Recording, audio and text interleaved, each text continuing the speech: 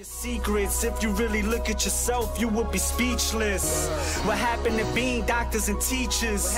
What happened to being your brother's keeper? Nowadays kids more worried about the... What's up guys, JNO here, and today it is time for me to give you what you want. It's time for football Q&A. So you guys asked for it, and as I've always said, I want this channel to be about you guys as much as it is about me. I want to make content that you want to watch, answer questions that you want answering. So let's get straight into this. And this is basically my thank you to all you guys for getting over the 100 subscriber mark. Thank you so much for all the support. This is the 100 subscriber football Q&A. Before I get into the video, this Q&A, this football Q&A, smash that like button if you love the idea of this football Q&A. And if you're new, make sure to subscribe so you don't miss any more of my videos. And let's get into the video right now. So the first question comes from FPL Nathan. He's got a YouTube channel, so go and check him out. I'll leave him in the description below. And he's just starting out, so go show him some support. And he asked me, which team do you hate the most in the Premiership? And that's a difficult question to answer because I'm not sure who I hate the most in the Premiership. Back in the day, when I was younger, I used to hate Man United because they used to always win. I suppose at one point or another I did hate Chelsea because they just seemed to buy all the good English talent and then not use them, which really pissed me off. But right now, I think I just like the Premier League, so I like every team. If you're playing good football, I'm going to enjoy watching you.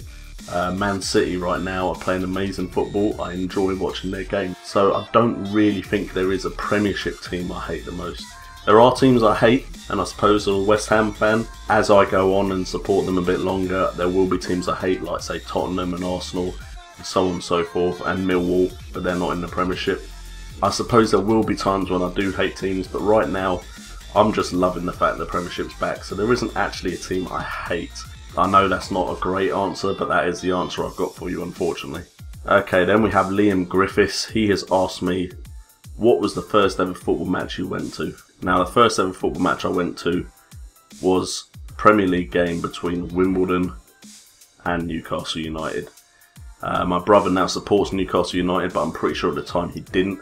I remember getting on the train with my dad. He was the one who took me to the game, and we went and watched Wimbledon versus Newcastle. We lost, and here's a fact for you guys. Every time I went to Selhurst Park to watch Wimbledon play, they lost. In fact, every time I watched Wimbledon on TV before they got relegated, they lost, apart from once when we beat Arsenal with a John Fashanu goal, which was like one of the happiest days of my life. I just had a really bad record of watching my team and the result that they got. But I love the fact, getting there, Selhurst Park, it was the first stadium I ever saw, so it was massive to me at the time. I thought, how can stadiums be so huge? How can it fit so many people in? There's too many people here. And I was so excited to see my team play in person. Yeah, it was just a great time. And finally, we're going to go with a question by Treadstone. It's a 3-part question. He was a little bit greedy and wanted loads of questions put in there. And it's going to be about his team, Arsenal. And I'm happy to answer questions about your teams as well. I watch every game I possibly can. So I will have opinions on your team, so feel free to ask questions about that. He has asked me to first give my opinion on his club and where they will finish. I will be honest, if you looked at my prediction video earlier on about a month ago, I thought Arsenal were going to do really well this year and get second. I think it was second, but I definitely thought they were going to be top 3. I saw Chelsea retaining. I'm pretty confident that that's what I thought was going to happen, but I thought Arsenal were going to do really well. I thought they were going to buy a striker. Unfortunately, they haven't bought a striker, and I think that's the one thing they are missing out on. There are other points they could strengthen. Every team that has won the Premier League has had a good to great striker leading the line and scoring you around 20 goals. Back in the day it was around the 30 mark, but nowadays it's around the 20 mark. Chelsea had Diego Costa last season. When he was injured, of course, the rest of the team picked up the slack, but they still had Diego Costa. Man City, they've got Aguero. You need that kind of caliber player up front. And I was imagining, and the transfer window's probably finished by the time this video goes up, they would have brought in a really big name striker, but they haven't. And I think it will cost them. As far as defensive midfielders go, centre-backs go, they could improve that area, but Arsenal have a lot of players I actually really like Sanchez, like Cazorla. But he's also asked me how do I think the English clubs will do in the Champions League. Now, Man City need to do well this year. They've not done well in the Champions League. They're not bringing over their league form into Champions League football. Arsenal, they need to step up a bit as well. In fact, I think all English teams need to do better. The one team I think aren't going to do that well is Man United, because I'm just not impressed with the football they're playing right now. I think Chelsea will pick up. I think they're trying to improve their team. They bought players in because they weren't performing the way they wanted to. But I do believe that Chelsea, Arsenal and Man City should do pretty well this season. They should all get out of their group stages. I know some have harder groups than others. I will do a separate show with my full-on opinions on that question, with all the groups and who they're playing. But right now, that's my just quick opinion on that. And then finally, where do you see West Ham in 2 to 3 years' time, challenging for top 5 or 6, or certain top 6 and 10?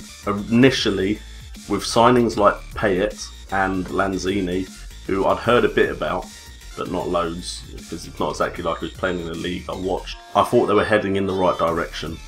Sacco and Valencia, when they're on form, are great strikers. They have solid midfielders and defenders. I know they haven't always performed like they should.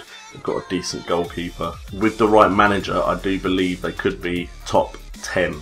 I'm not going to say top 5 and 6, because I think you're always going to get the top 4, Liverpool, Tottenham, Man U, Man City, so on and so forth. I would be very happy if they ever got top 6, but I don't really see it happening. If the players they brought in the transfer window are better, it's probably over by now, then I would maybe say in 2-3 years' time, especially with their move to the Olympic Stadium, that they could be consistently top 10.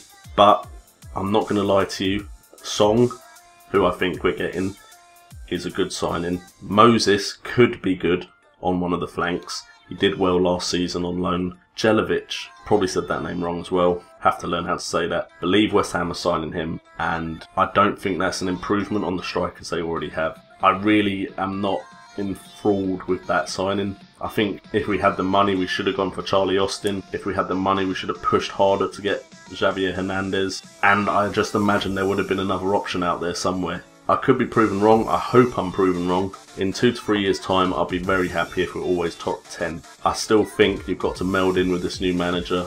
I personally would have kept Allardyce for 1 more year. Just make sure we're still in the Premiership when we move to that stadium, the Unix Stadium.